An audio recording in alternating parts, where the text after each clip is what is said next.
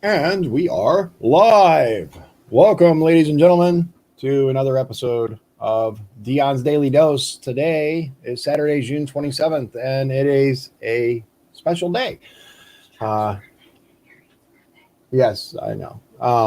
My wife felt the necessity to remind me about birthdays, which I know and I will get to later, but it's irrelevant for the purposes of this. I am officially a candidate for Indiana State Legislature District 9. The area includes Michigan City and goes into Porter County a little bit to the Chesterton. Uh, I am the Republican candidate for this. Look, it's in November, right? I'm really excited about this because a lot can be done on the state level to fix some of the serious issues that are out there. Because let's face it, there are serious problems out there. One of many. I'm going to be joined by a special guest, Shannon McNeish, to talk about his personal experience with one of them, one of the issues. Look, we can have a huge list of things that need to be fixed, but I'm going to tell you my personal investment, as it were, the things that are really really important. First of all, red flag laws, right? I think that there's more work that needs to be done there. I'm not going to give you a full breakdown, but there are people that have been negatively affected by these laws. They are now in fighting for their freedom, for their lives, for their stuff. And the way I've talked about this before, right? I've talked about this before, and it comes down to, if you are guilty before a trial, that's a problem. It flies in the face of our Constitution. There are ways to address this, and we'll get into that when we start talking about the issues themselves individually. I'll be doing videos on this and seeing if we can get to the root and to fix some of the problems that exist. Uh, One other thing that I would like to see is a registry, right? Those of you who have watched me for a while know that the home healthcare industry, direct service providers, is kind of a personal issue for me. My wife is in the industry. The way that it's set up, I'll do a long video where I go in depth, but essentially, as it sits right now, there is no gets fired for abusing someone. There's no way to know that, right? The way that the laws are set up, there's no way to track these people. There's no list. There's no red flag law. There's nothing like that, right? They can do it to person after person after person with no real consequences. They lose their job, but there's so many companies and no way to track that. I'd like to see some sort of database, and I think that's achievable. I think that is definitely something that we can make happen. And finally, at least initially, right, we have a very serious problem in this country with opioid addiction. We have people that are dying every day on our streets. The general way to go after this is putting people in jail. There are other countries, and look, no one is saying that we should turn into California, where we have needles in the street and we let people do what they want. But there are other ways to address this. So that's kind of where I sit for right now. There's going to be a lot more that's coming up. I have to redo a few things, social media wise, website wise. But this is kind of the official thing here, and I'm going to go ahead and bring Shannon on. He's with us kind of behind the scenes right now. So there he is. Shannon, welcome to the show. Thanks for Hey joining us. Dion, how are you? I'm good, man. I'm good. Thanks for making the time for this. Hey, congratulations on being caucused in for the state rep race. It's huge. Thank you. Thank you. It's really really important, especially in Michigan City. We don't see a whole lot of love from downstate up here. We've had many people who run for office and make big promises for the North, and then I'm not going to mention any names. I don't want to alienate anyone, but let's just say that there are people who have run for office, statewide offices, who have made big promises and have not kept those promises. And next thing you know, all the jobs are going downstate. That's kind of where we're at, and I think it's really important that we get some good quality careers up here. We have all the bones of strong manufacturing and stuff like that, but it's actually making it happen, right? So I run a campaign like you're running a congressional race, man. You're going to be the guy that's going to put District 9 on the map. If you could be the voice for Michigan City and North Porter County, and really excited about that. Yeah, I'm excited too. I think it's time that if nothing else, we need to see more candidates from all races being a little more transparent and having real discussions with people. You and I spoke before a little bit about how these politicians, because that's primarily what most of these people are, not just here, but around the state for all these offices. They're career politicians, and they're afraid of the hard subjects. They craft their press releases and they send them out, but they don't really have real discussions with regular people about the issues that are going on and what their ideas are to solve them. But I wholeheartedly believe that. I think that when it comes to some of the hard questions, especially like opioid addiction and where it stems from and where government responsibility in the problem, most politicians are afraid to have that discussion. And that's proof in some of the lackadaisical type legislation we've seen to try to address opioid addiction. And I think that if you're willing to have a conversation about it and you're willing to have the hard conversation about it, I think that you're definitely going to be one of the strongest candidates we have on that issue alone. Yeah, and that's something that we've seen across the board is I know that there are some issues with the current legislation and the way that they address the opioid epidemic. They went after the doctors, saying you got to stop writing prescriptions.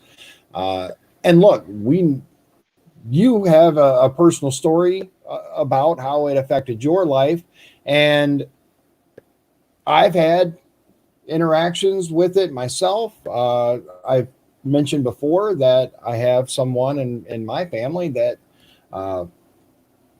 overdosed on heroin, right?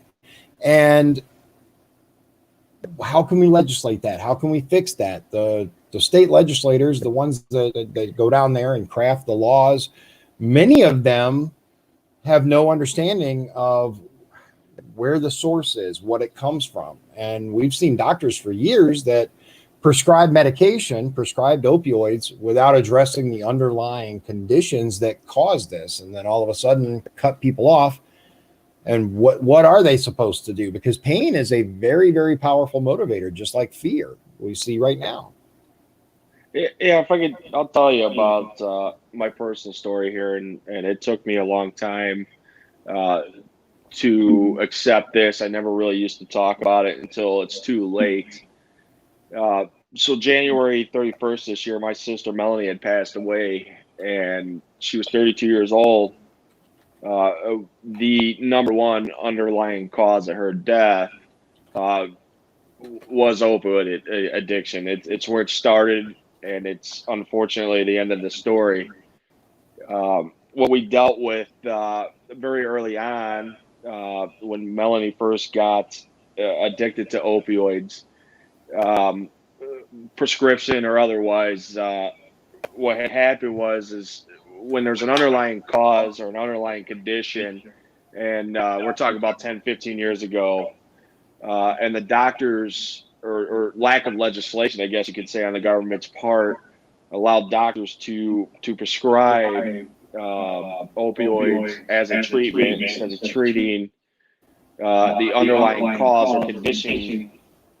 At some point down the road, some kind of moral ambiguity or reprehensive status within the government took hold, and the government had passed legislation, Indiana and many other states, as far as up to the federal government, where doctors were becoming held liable, and sometimes rightfully so, for treating patients with opioids instead of attempting to or successfully treating the underlying cause and conditions.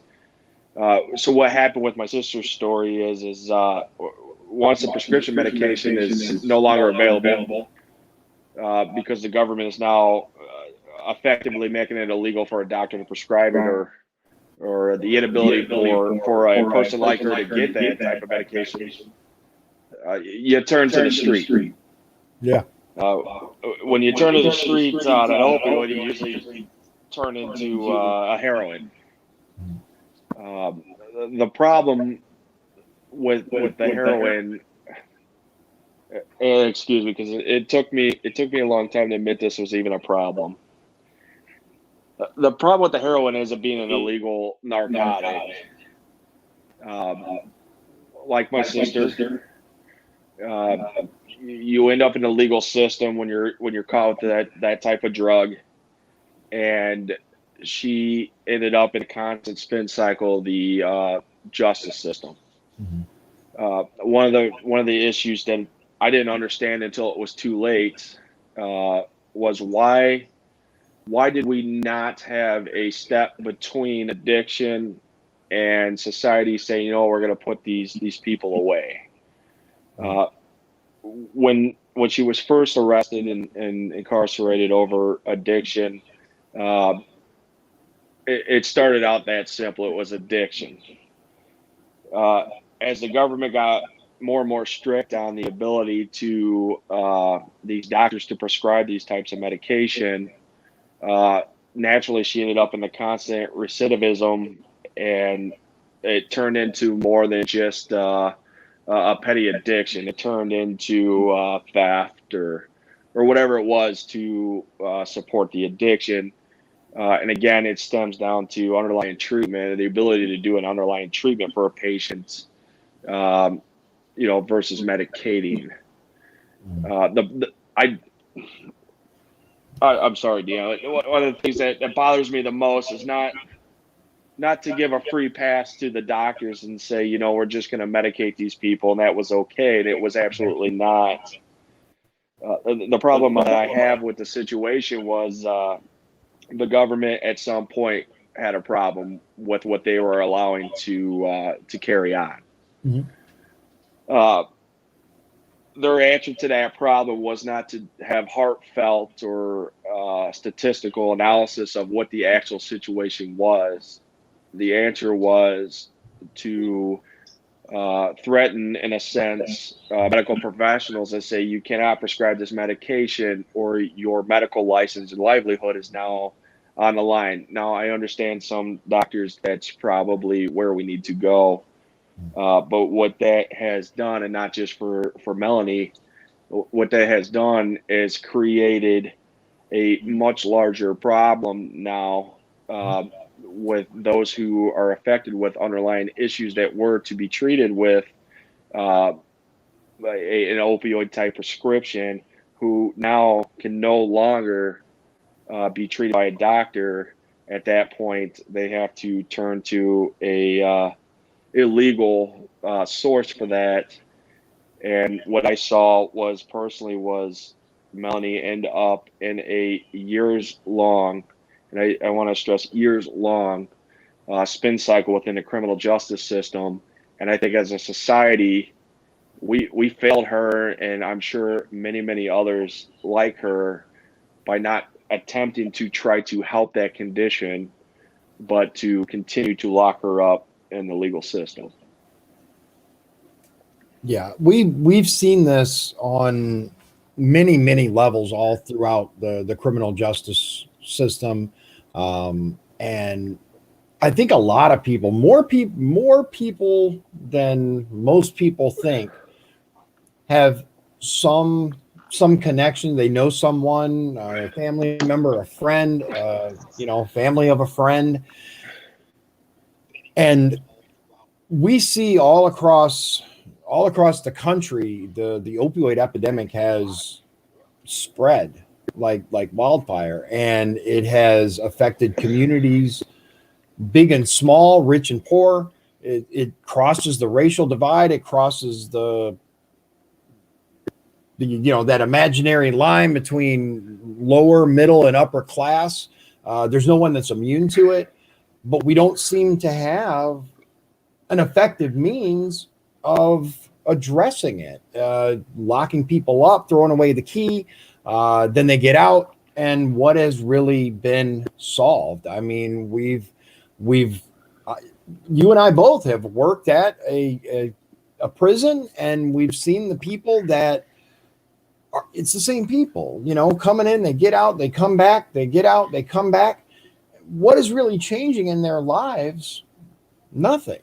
If we could find a way to address the underlying cause, again, not just, give medication or punish the behavior, but to actually address what causes it, and whether it's treatment facilities, whether it's even some degree, like I know in some county facilities, they'll have like mandated treatment with substance abuse professionals and stuff like that.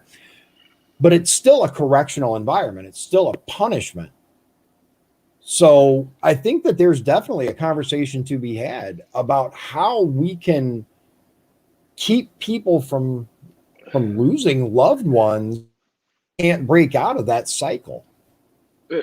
If I could, I mean, and I'm sorry, Dion, but you being any sense of a politician, future politician, or somebody who has strong beliefs to actively become a politician, having this conversation is completely different than what we've seen normally.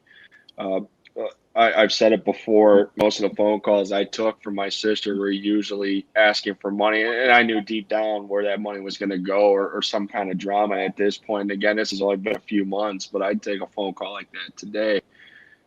And what do I think the solution is? I have no idea, Dion, but I know that the answer is not locking these people up repeatedly. If there was a first step or a second step or 10 steps between somebody becoming addicted to a substance and then the criminal justice system being involved, I think it's worthwhile if we save one life doing it. And I wholeheartedly believe if there was some kind of meaningful interdiction outside of the criminal justice system, I'd still be able to take a phone call like that from my sister today, or even a better phone call. Yeah, I agree. I agree with you there. We have to be willing to have the hard conversations, and it is hard. Obviously for you, it's very difficult. We all appreciate you, taking the time and dredging up something extremely painful. If something good can come of it, I believe it can too. I believe that the first step is actually being willing to talk about it and to address the problem. Nobody wants crime-ridden streets. Nobody wants, people that are not punished for real crimes. But I think we can all agree that your standard recreational drug user isn't in it for the crime. And I'm not talking about marijuana. I'm talking about the opioids, right? The entire reason for it, mostly, not all, but mostly, is pain relief, right? It's because of usually getting addicted to pain medications due to an injury. That's the stats say that. I don't have them in front of me, but from what I've read, rehabilitation, right? Like Ryan says here, Ryan brings up, I think increasing the use and relevance of the drug courts, which focus on rehabilitation and less punitive solutions, will help in the long run. And I think you and he are on the same page there. We just taking someone who is trying to relieve pain and ultimately gets addicted to medication, drugs, whatever. and saying, oh, well, you got to spend 6 months in jail or a year in jail or 30 days or however long, right? And then nothing gets addressed in that time. It's that, that holding on just long enough until they get out. And then when they get out, it's back to the exact same thing. Whereas if we could address the addiction, whether it's via a treatment facility, whether it's there's ways, right? There have to be ways. We've seen in other countries. We looked at the show that I did on Portugal. They decriminalized it to a degree, but that wasn't the focus. Just decriminalizing it, like in LA or the West Coast, you just end up with a bunch of recreational drug users with needles everywhere. They focus on the rehabilitation aspect. They send them to treatment facilities instead. And I think that's kind of where the So one of the things I sorry, my dog is barking here. Hang on. That's fine. One of the things that I find very interesting. It was a squeaky toy. It shut her up. I thought it was the dog. I was like, holy cow.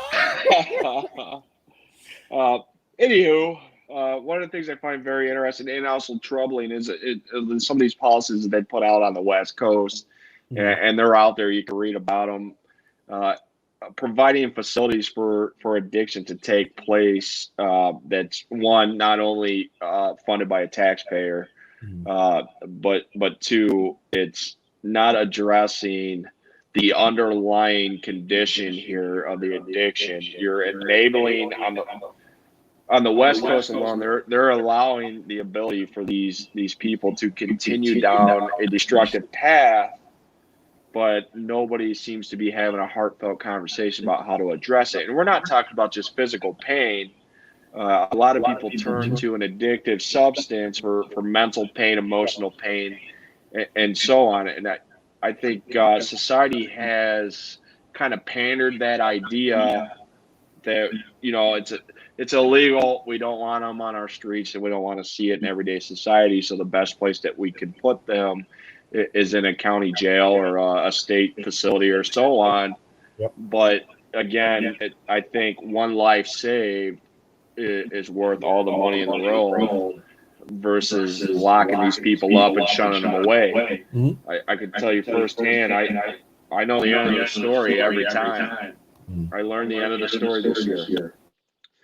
Us putting them in a criminal justice system is not the solution. It took me a long time to admit that this was a problem in my family. For many years, I was embarrassed by it. I've entertained political aspirations prior, and one of the things that was always in the back of my mind was, what if this came up? When I started talking about it in February after my sister had passed away, one of the things that I had learned, Dion, was that if you put 10 people in a room, you're going to find 8 or 9 people that have the same story. Fortunately, they don't all know the ending at this point. I think we can do something about that. Unfortunately, my mother and I know the ending. Yeah. And it's heartbreaking. It is to lose people to something that I feel can be fixed. It can be addressed. It's needless, right? And it's born of the war on drugs. I've talked about this before. I'm not going to, go through all of that, but it's an unwinnable war. The stats show it, the numbers show it, people show it. We've taken the same approach for all these years, and what do we have to show for it? We have broken families. We have, tearful, explanations of what has happened, with no solution in sight because we keep doing the same things. So Dave asked, would this Portugal solution work here? The realistic answer, Dave, is I don't know. It's worth a shot. I think trying anything almost at this point has to be better than the same recyclatron, to quote a video game, that we've been seeing, right? It's the same cycle over and over. And you're absolutely right. It's not just physical pain. It's mental, it's emotional, and it's an escape. Ultimately, that's what it comes down to, is an escape from whatever type of pain. Yeah. And in order to truly address the underlying cause, I think we definitely have to do some research, but I'm not talking about getting these committees together and spending, 2 years and hundreds of millions of taxpayer dollars on looking at this versus that versus this. We've done all that. All these studies are already done. What's needed at this point is someone willing to have the tough conversations and someone willing to say, yeah, I'll put forward the bill, right? It's not happening now. No. Politicians are afraid to have this conversation. I don't understand why. Are they not exposed to this in their personal lives, or are they afraid to admit it? And again, like I said, it took me years to admit that this was a situation in my family. Mm-hmm. And by the time I was able to admit it, it was too late. But we need to change the stigma. This affects a huge number of our families. We need to have this conversation. You're 100% correct. There's a stigma associated with it. Many people don't want to admit, I know someone, I have a family member, I have a friend, I have whatever, because just like with mental health, because that's what it comes down to. It's a mental health issue. But anytime you talk about mental health, there's this stigma associated with it. PTSD in the armed services to come forward because they'll be viewed as less of a man or less of a warrior for women. It's a huge there. I think he dropped. Hopefully he'll be back. It is a huge problem. It's a huge problem because we have people that aren't willing to. There he is. That aren't willing. No, it's okay. That we have people that aren't willing to share their story like you. And it is embarrassing. I'll admit that, but I mean, it's less embarrassing now than it was a couple years ago, and I wish it was at this point a few years ago. Yeah, and it's because we like,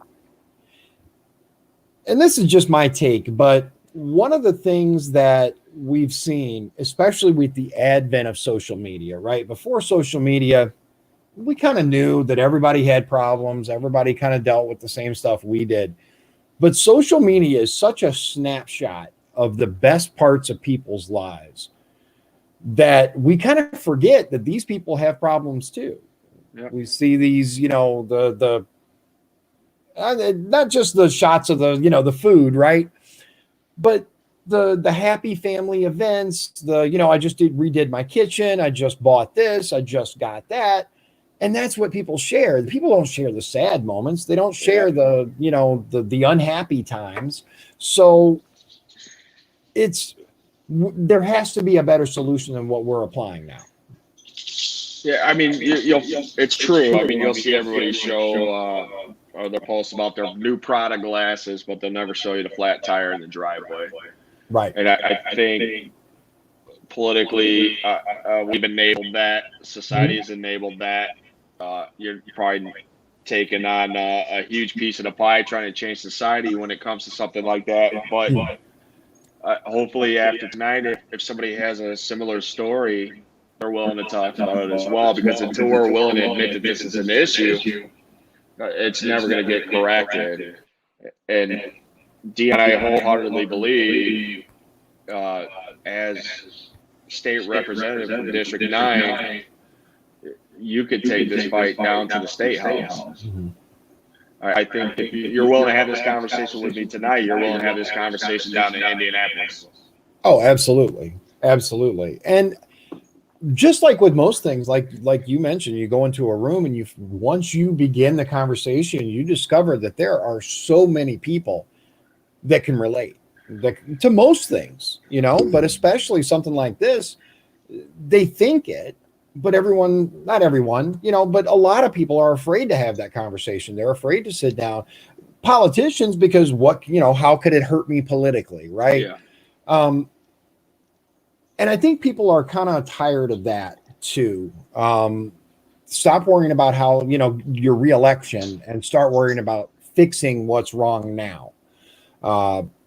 So that's kind of where I come from on that. And think there are a lot more people out there that just want straight talk. They just want someone that's going to go, okay, so what can we do? Right? How can we fix it? And I think a straight punitive approach, go to jail, serve your time. It's not solving anything. It's not. It hasn't corrected the issue. Right. So let's deal in hypotheticals for a moment. Let's take all these people that are arrested, especially the first time arrest for a drug offense. I think you mentioned before, didn't you, that it would actually be cheaper to do therapy? Well, how did you put it? Like 70% cheaper? When she passed away, I had all these stupid questions. You went through the whole steps of grief, right? One of the things I did is I researched how did I fail her, or how did we fail her as a society. And I will find this for you, Dion, and send it to you here in the next day or two. I read a reputable study that treating a first-time or second-time offense versus incarcerating them was 60% more cost-effective to the taxpayer versus putting them into the legal system. How do you do that? I'm not 100% sure on that. If it takes court-mandated treatment that's 6 months, a year, whatever it is, you start to kind of get into a constitutional thing at that point. But I think the conversation is worth it. If one, we could save a life doing it. And two, if it's a more cost-effective and a more successful approach than locking people up. Yeah, we know, right, that people respond, and I'm talking about the voter, right? The people ultimately who make the decisions about who goes down to represent them. They vote with their heart, but they also vote with their wallet. We know that the current way of doing things, everyone up, is incredibly expensive. It's astronomically expensive. It's one reason why Indiana has been, privatizing certain things to do with the prisons, right? Because it is so expensive. If we could actually help to solve the problem, no one's saying it'd be wiped out overnight, but if we could actually take active steps to solve part of the problem and it costs the taxpayer less, I don't see a downside. I don't either. If putting somebody into a mandated treatment program, not just opioid addiction, but any type of drug addiction, and we had a 5% success rate of rehabilitating these people, I think it's worth it. And then on top of that, if you have a 3% reduction in the cost just by doing that, that's another avenue to take a look at. In the United States, we incriminate more people than any other Western civilization. And I think you might have a better idea of it than I do. How many people do we incarcerate just on a simple drug offense instead of spending the money or the time and the heart to try and help these people? Not everybody can be helped, and I understand that. And I wouldn't ask for a taxpayer to consistently waste over a lifetime trying to change a life that doesn't want to be changed. But if there's one of them out there that we're successful with, then it's worth it. Yeah, I wholeheartedly agree. I mean,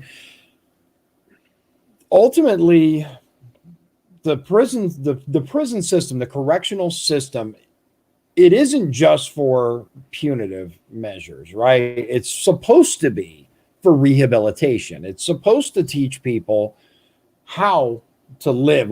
This is what you did wrong, right?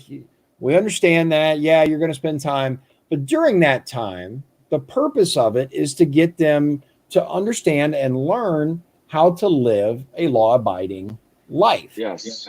And if we don't address the problem that got them there in the first place, then it's going to be recidivism over and over. Dave says, I've got a friend in jail for 30 days. Chances are she'll lose her job when she gets out. Just adds to the problem.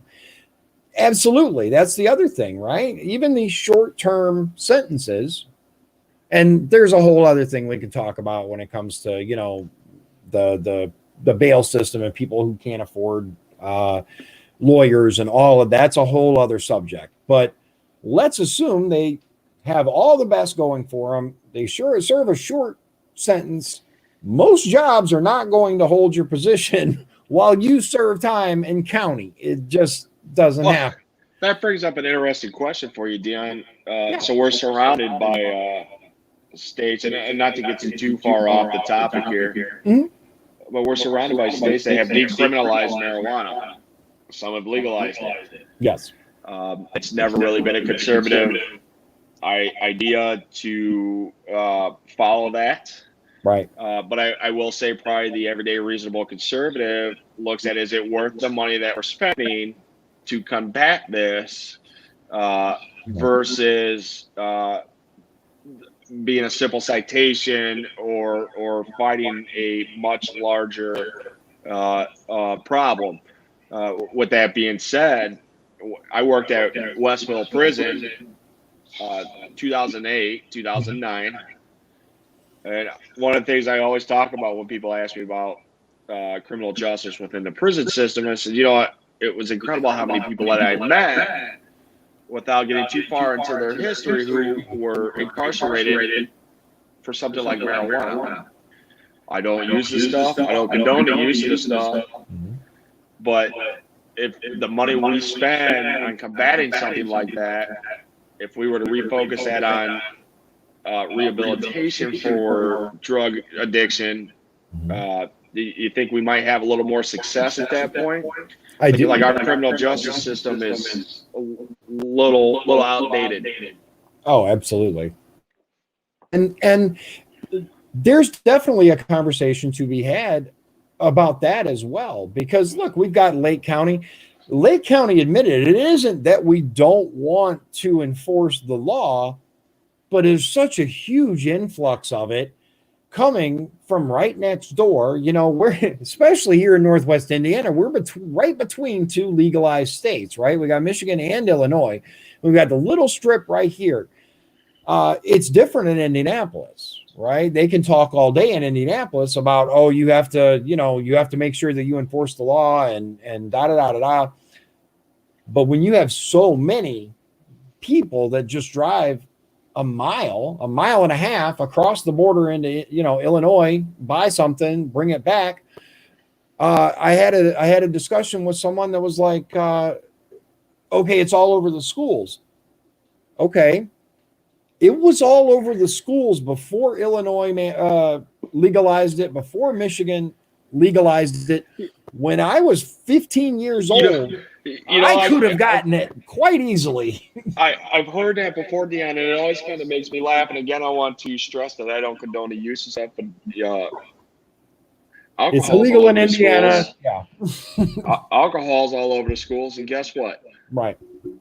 So I would rather see the millions in the state of Indiana and the billions in the federal government that's used to combat something like marijuana be used to rehabilitate the harder drug addiction.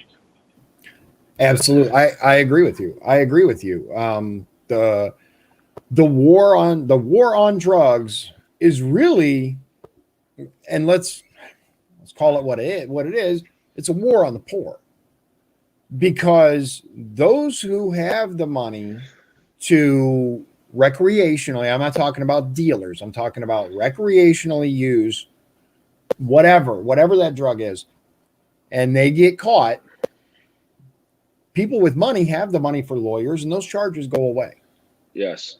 Because there's no motive for the government to prosecute those people. The motive is for the dollars that are spent, right? And that's something that I'd like to get more in depth. What has the war on drugs cost us, and where's the motivation for it? I've heard from police departments that say, no, we don't want to legalize marijuana because then we lose tons of federal dollars. I mean, you can read about it. I mean, it's a very public opinion that comes from politically connected individuals. Okay, so the problem that we have at that point is now we are criminalizing a portion of society for a dollar, when we could be focusing resources on meaningful reform in people's lives that will make a difference. It doesn't matter what it is. If it's educating people to understand how to operate as a productive person of society, instead of choosing a life of heroin or further, or if it's used to rehabilitate criminals within the criminal justice system. We got to stop locking these people up, and we need to start having a conversation about how we can help people as a society. Yes, I agree. And I found, right, and I had, especially in my, my late teens, early 20s, you go through that cynical phase where it's like, oh, most people suck. But I truly believe that most people are good, right? They are. They are. And I think that most people want to help other people. They want to help people find the right path, but they have no idea how. Our government gives us, this, oh, do this, or you should do that. You should believe in this. You should believe in that. And that's a whole other discussion about the media and all of that. But ultimately, I think that if people are given the right information, accurate information, and can be shown, look, if we were to do this, I think it would help tremendously. I think most people would choose to do that. So let me ask you this. You remember Nancy Reagan's "This is your brain on drugs"? Oh my God. The more that you know. Right. So I remember growing up, and I'm for the audience here. I'm going to be 32 this year, so I'm well into the millennial phase. But I do remember the teenage kid sitting on the couch melting like a fried egg. Right? This is your brain on drugs. Right. What did I learn from that? I didn't learn anything from that. I just remember Nancy Reagan's video about the kid melting on the couch like a fried egg. Yep. Was the DARE program effective? If it saves one kid, I think it is. How do we move that beyond the K through 12 system and into mainstream adult society when people are affected with these problems? Does that mean that the DARE system is completely portable into society outside of the K through 12 system? Probably not. No. But is there a variant or an idea that can be adapted to do this? I think it's probably a hell of a lot more effective than "This is your brain on drugs." Right. Just say no. Right. Yes. Yeah. Just say no. Okay. Just say no. And then the commercial was, the little frying pan with "This is your brain." Yes. This is your brain on drugs. Any questions? Yes. Lots of them, actually. And that's what it comes down to is ineffective education on the actual subject.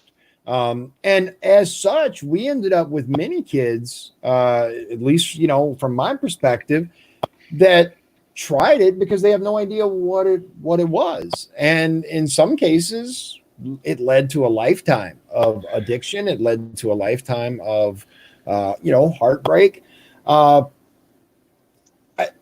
I found, through my personal interaction, that actually sitting down with kids and teenagers and explaining, look, here's the breakdown, here's what it's going to do. This is, sure, it's going to make you feel good, but let's look at the long-term effects of that.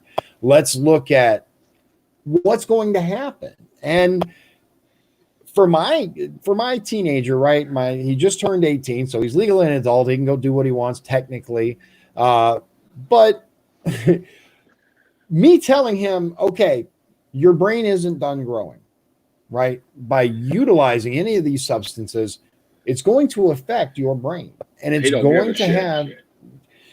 That's the thing, right? At the time, they don't care, but if you go, look, you might end up in jail. That he cares about, right? It's a different perspective as you get older too. You know, at 17 or 18, I was in a different situation because I got in the military at 17, so I was able to remove myself from a lot of the underlying issues that affected my sister's drug abuse.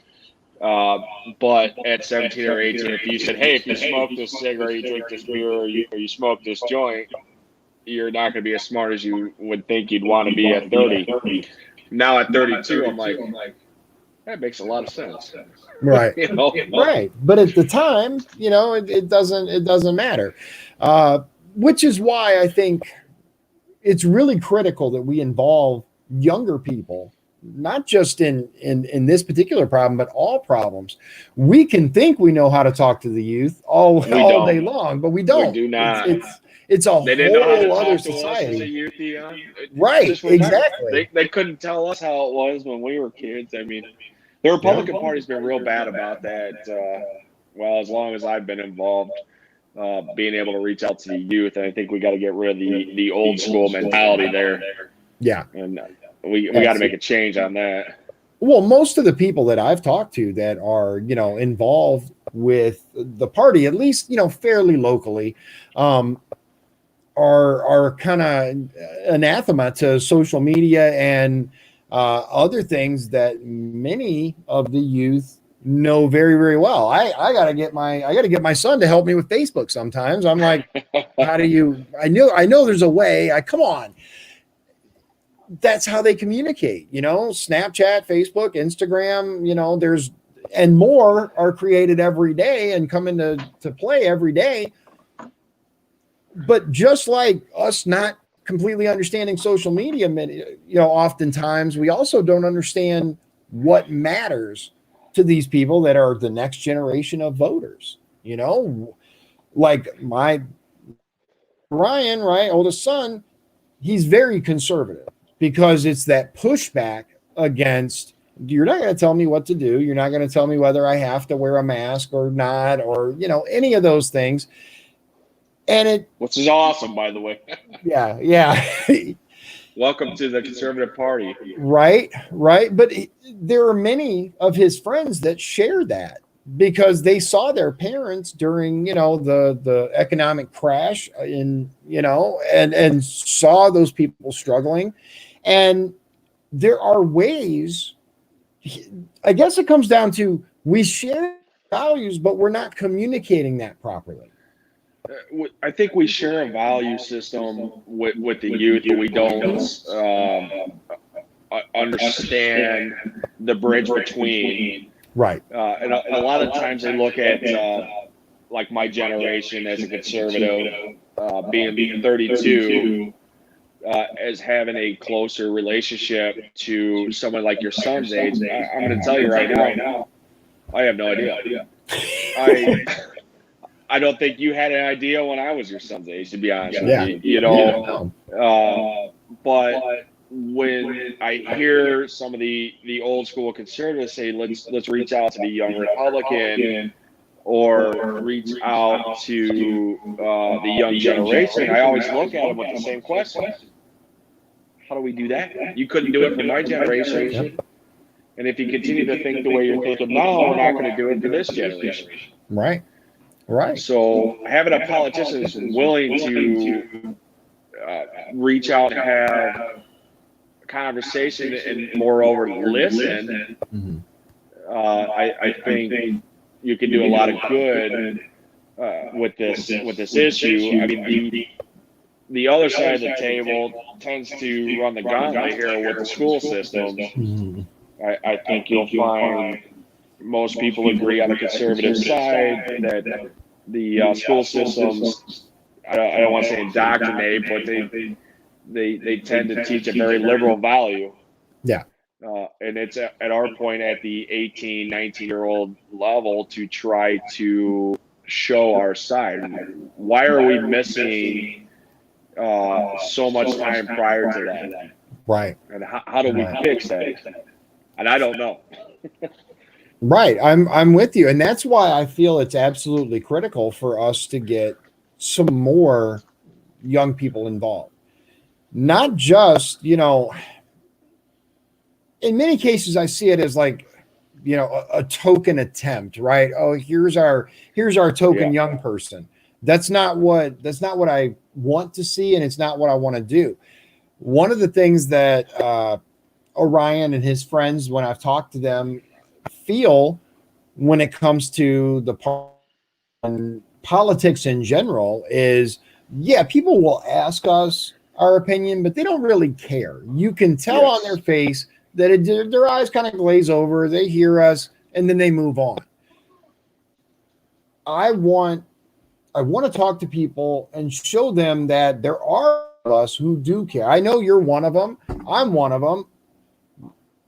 They have a different set of problems than we did at their age. The worst that, at least me, I'm 46. The worst problem that I had to worry about in school at that time was, people talking about me. And then when I go to school, hearing about it then. They never get away from it now. With social media, it's there 24/7, right? I can't relate to that. I don't understand that. So it's important to have that dialogue with younger people that do understand that and kind of can get together and maybe come up with ways to address it. I don't want to say fix it, because I think the number one way to address that would be to start listening. The left side of the table has historically acted like they're better at listening to the youth than we have, and I think we haven't completely missed a bus on that issue. I think if we start now, we can make a change here. But I personally would think, as a politician, Dion, I think if you end up down at the State House, or when you end up down at the State House as our District 9 state representative, in case anybody missed that, right. And when you end up down at the State House, I think, and I truly believe that you would effectively be able to convene some type of youth outreach. I think that'll start with your campaign. I believe truly that you're going to start it today. But again, I mean, the left side of the table has historically been, I don't want to say better at it than us, they've just been more effective at it than us.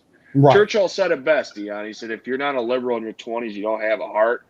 If you're not conservative in your 40s, you don't have a brain. Well, we can change that statement. We can flip it. Oh, yeah. Yeah, I agree. And it does. It comes down to fake it till you make it from the left, because they do. Well, they act like they're listening. They act like they care, but it's really just, propping up. And so they because let's face it, they can't actually address the youth's problems. They create new problems to address. And don't get me wrong, there are definitely issues with disparity along racial lines, across economic lines in this country, and there are ways that we can address that.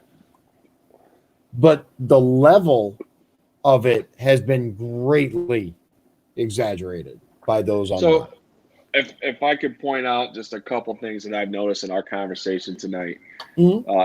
You running for a position with the State House, most of the time when you meet these types of people, they're talking about how you could save me $100 million a year as a taxpayer, which is always BS, right? Or how you're going to change my life. You want to pander to how society is going to be better for me. Yeah. In the last 55 minutes, you and I have sat down and had a conversation about addiction. We've had a conversation about reaching the youth. I think you keep straight on those types of issues, and you come up with meaningful policy or meaningful ideas of how you can address those. I think Dion, you'd be one hell of a District 9 state representative. Well, I appreciate that, man. That's ultimately that's my goal, because we see all the time these people that, like you said, will tell you, "Oh yeah, listen, we're going to do that, and I promise if you elect me, you'll never have to worry about smoking generic cigarettes again, because you'll save so much money, you'll be able to buy name brand every time." I mean, yeah, we never happens. right, Never happens. right. And you're talking about issues and topics that those type of politicians will happen to be the ones we have in the state house now continue to talk about. Your opponent's going to come back and tell me how she's going to make my life better, or so on. And you know what? Making my life better, you're not going to bring my sister back, but you might save my neighbor's sister. So that's making my life better. And I think you're going to be the guy for that. Right. I appreciate that, man. I look forward to in the future having more conversation with you about this and seeing how we can collectively come up with some ideas of how we can address this. And most importantly, you could take this down to Indianapolis. Absolutely. Absolutely. That's one thing that I've always at least tried to do, is maintain open dialogue. And it's important that we hear from both sides. You and I have talked about that. I haven't, dropped that yet, but I've mentioned before on the show that I'm going to have a lot of guests on. It's because how can we address issues without hearing all sides? How can we fix things that are wrong unless we're willing to listen to people? People may have terrible ideas, right? They're going to come and they're going to say, do this, right? But unless you listen to them, you won't know if it's a terrible idea. You won't know if it's a good idea. So, and many times when I have, at least me personally, when I have been courted by politicians, it's happening now, right? I'm a delegate. Oh, I lost him again. Hold on. We'll give him just a minute to come back. Dave says, can you get Portage annexed into District 9, please? Well, unfortunately, I don't think so. Oh, look, Dominic. Hey. So I think it just comes down to having an open dialogue, right? Being able to talk to people on both sides of the aisle, being able to listen and understand. We're not going to agree on everything, of course not. But I'm going to tell you, and this still maintains true to this day, we agree on far more than we disagree on. We all want the same things. We just have different ways. We have different beliefs about how to go about it. There he is. Twice in one show ain't too bad, right? Yeah, there you go, man. Third time's the charm, right? So I'm going to leave you on this here, Dion.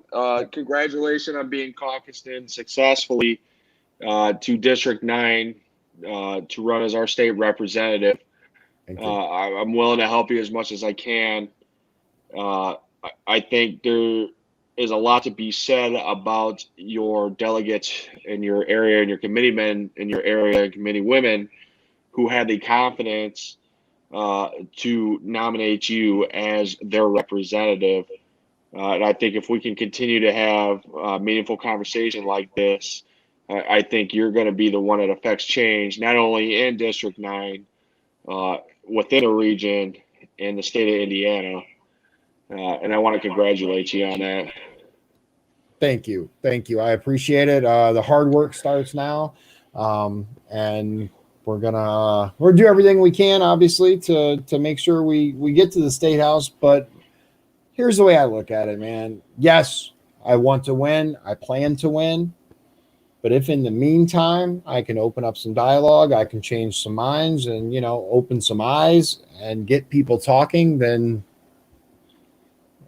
I'm okay. You can do it. Too. You keep having a conversation like you allowed me to have with you tonight.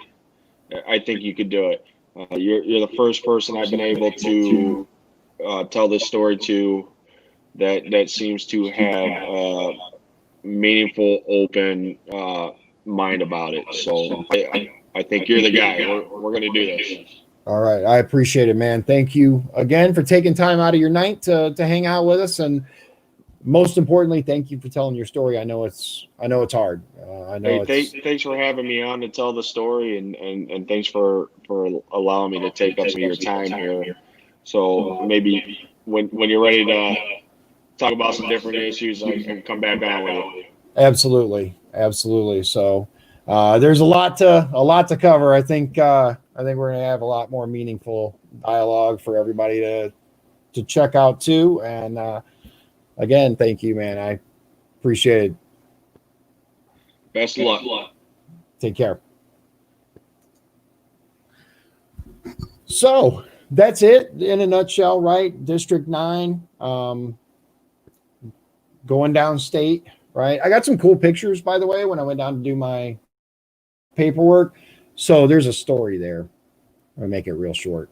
So I had to go down to the state house to file the paperwork because there's a specific form that you have to file in order to get caucused in, right? I was reached out to get caucused in because they felt that I would be I'd stand a strong chance of winning. You got to put in the work though, right? I'm willing to do that, but there's a certain form that you have to file with the election board, and you also have to file something with the clerk of the Indiana House of Representatives, right? So I went down and I filed the necessary paperwork, and then come to find out, I also had to file it with the state party, also in Indianapolis. So I went down on Friday to file the paperwork. Last Friday, not this past Friday.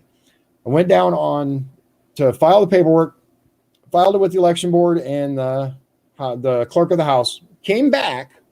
Then I found out that I had to go back down. So I went down Tuesday, filed that, came back. There's other paperwork that I have a sneaking suspicion that I'm going to have to go back to Indy for look at it, right? I'm going to have to drive down there anyway once I'm elected. So I might as well get used to it, pick all the great spots to stop, all the great spots to, eat at and all of that. But anyway, I'm really looking forward to launching this in earnest. My website is still in transition from federal to state issues. I've already talked about what's important to me. And I'm absolutely with Shannon in that the opioid epidemic in this country is not going to be solved by locking more people up. We've tried that. We've done that for years and years and years. And it isn't just opioids. It's, the war on drugs. There are people serving life sentences for marijuana. I've talked about that before. Nonviolent, right? I mean, you shoot people, you hurt people. Yeah, okay. I'm talking about nonviolent marijuana charges, serving life in prison. Hasn't the war on drugs claimed enough victims that it's time to look at the rules of engagement, right? Let's look at whose lives are being destroyed. Let's look at ways that I, assuming I get elected as a legislator, what can I do? We have people that are willing to put forth legislation for much less important things. Let's get some people that are willing to have the hard discussions. They're willing to talk to people from all across the political spectrum about how to fix the real issues in this country. And that is a real issue. Absolutely. We have first responders and paramedics and police officers that are issued Narcan.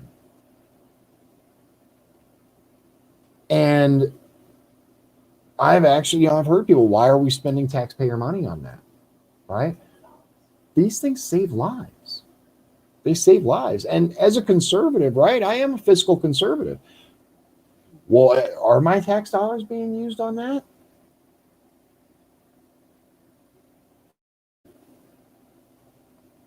In many cases, they're donations.